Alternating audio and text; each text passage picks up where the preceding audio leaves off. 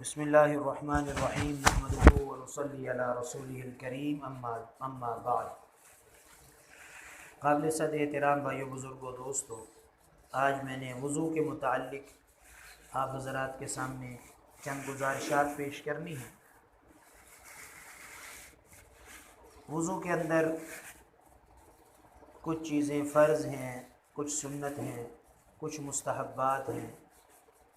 कुछ चीज़ें वज़ू के अंदर मुस्तहब हैं, कुछ चीज़ें मकरूह हैं, कुछ चीज़ें ऐसी हैं जिनसे वज़ू टूट जाता है। तो ये सारी की सारी चीज़ें सीखना हमारे लिए ज़रूरी है। इंशाअल्लाह हम एक दो दिन के अंदर अंदर ये वज़ू के मुताल्लिक़ जो ज़रूरी मसाइल है उनको इंशाअल्लाह सीखें। वज़ू के अंदर मेरे दोस्तों जो फ़राइज़ हैं वो चार हैं। फ़र्ज़ वो चीज़ कहलाती है कि जिसकी अदायगी के बग़ैर वो अमल मुकम्मल ही ना हो। मसलन वज़ू के अंदर जो चार फ़राइज़ हैं, अगर उन फ़राइज़ में से कोई एक फ़र्ज़ भी रह जाए तो हमारा वज़ू मुकम्मल नहीं हो। सुन्नत में कोई कमी रह गई तो सवाब में कमी आ जाएगी, लेकिन वज़ू हो जाएगा। लेकिन फ़र्ज़ वो चीज़ कहलाती है कि अगर वो रह जाए तो फिर सिरे से वज़ू ही नहीं होगा। उन फ़राइज़ में जो सबसे पहली चीज़ है वो है पूरे चेहरे का धोना। फ़ग़सिलू वुजूहकुम या अय्युहल्लज़ीना आमनू इज़ा क़ुमतुम इलस्सलाह फ़ग़सिलू वुजूहकुम। ऐ ईमान वालो, जब तुम नमाज़ पढ़ने का इरादा करो बस तुम धो लो अपने चेहरों को। तो पूरे चेहरे का धोना ये फ़र्ज़ है। पूरा चेहरा क्या है मेरे दोस्तों? पेशानी के बालों से लेकर जहाँ बाल शुरू होते हैं थोड़ी के नीचे तक, थोड़ी के नीचे तक मुकम्मल ये सारा हिस्सा मुँह कहलाता है। और एक कान की लौ से दूसरे कान की लौ तक, पेशानी के बालों से लेकर थोड़ी के नीचे तक, एक कान की लौ से लेकर दूसरे कान की लौ तक मुकम्मल चेहरा धोना।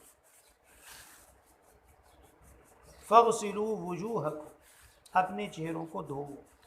व अयदियकुम इलल मराफ़िक़, और अपने हाथों को धोवो कोहनियों समेत।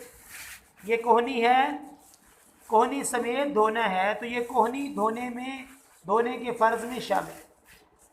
सिर्फ कोहनियों तक नहीं धोना, कोहनी समेत धोना ये वज़ू के अंदर फ़र्ज़ है, कोहनियों समेत धोना। व अयदियकुम इलल मराफ़िक़, और हाथों को धोवो कोहनियों समेत।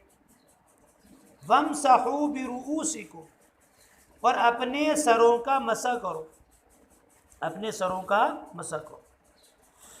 हज़रात उलमा इकराम फरमाते हैं कि कुरान पाक की आयत के इस हिस्से से ये मालूम होता है, और जो हमने मुस्तंबत किया है अहनाफ ने, वो ये है कि चौथाई सर का मसा फ़र्ज़ है। चौथाई सर का मसा फ़र्ज़ है। अब ज़रा मेरी तरफ देखना, चौथाई सर का मसा फ़र्ज़ है तो फ़र्ज़ क्या, जो चौथाई सर का मसा फ़र्ज़ है तो ये चौथाई सर कितना होता है जिसकी मिक़दार फ़र्ज़ है? ये पेशानी की मिक़दार। किसकी मिक़दार जी? पेशानी की मिक़दार। हर आदमी की जो पेशानी है ये सर का चौथाई हिस्सा है। इतना मसा कम अज़ कम सर के ऊपर करना जितनी पेशानी होती है, ये मेरे दोस्तों फ़र्ज़ है। आप इसको आसान अल्फाज में यूँ समझ लें कि हाथ भिगोया और हाथ इस तरह सर के ऊपर रख दिया, हाथ भिगोया सर के ऊपर ऐसे रख दिया, कम अज़ कम इतने सर का मसा फ़र्ज़ है। इससे कम किया तो फिर फ़र्ज़ रह जाएगा। फ़र्ज़ रह जाएगा तो अमल सिरे से होगा नहीं, वज़ू नहीं होगा। तो कितनी चीज़ें हो गई जी? तीन चीज़ें हो गई। फ़ग़सिलू वुजूहकुम व अयदियकुम इलल मराफ़िक़ वमसहू बिरुऊसिकुम व अर्जुलकुम इलल कअबैन, पाँव को धोवो टखनों समेत। व अर्जुलकुम इलल कअबैन, पाँव को धोवो टखनों समेत। टखनों समेत पाँव को धोना ये फ़र्ज़ है। तो ये 4 फ़राइज़ हैं, इनका सबूत कुरान करीम से है और 4 आज़ा का तज़किरा है कि इन चारों का धोना फ़र्ज़ है। और हुक्म दिया गया धोवो चेहरों को, धोवो अपने हाथों को कोनियों समेत, करो अपने सरों का मस्सा, धोवो अपने पाँव को टखनों समेत।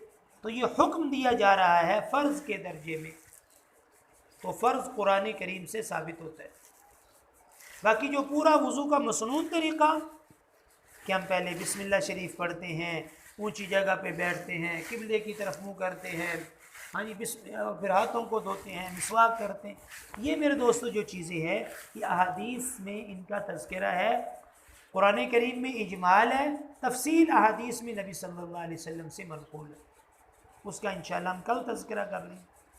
एक बात ज़हन नशीन फरमा लें, जिन आज़ा का वज़ू में धोना फ़र्ज़ है, उन आज़ा में अगर एक बाल बराबर भी जगह खुश्क रह गई तो वज़ू नहीं होगा मेरे दोस्तों। इसे कहते जब धोएं तो धोने के बाद उसको अच्छी तरह मलें। ये मलना क्यों मेरे दोस्तों सुन्नत करार दिया गया, ताकि बाल बराबर भी जगह खुश्क ना रह जाए। अगर बाल बराबर भी जगह खुश्क रहेगी तो वज़ू नहीं होगा। ये मैंने फ़राइज़ वज़ू का आपके सामने तज़किरा कर दिया। कल को इंशाअल्लाह मसनून और मुस्तहब वज़ू किस तरह किया जाता है उसका इंशाअल्लाह तज़किरा करेंगे। अल्लाह पाक हमें अमल की तौफ़ीक़ अता फरमाए।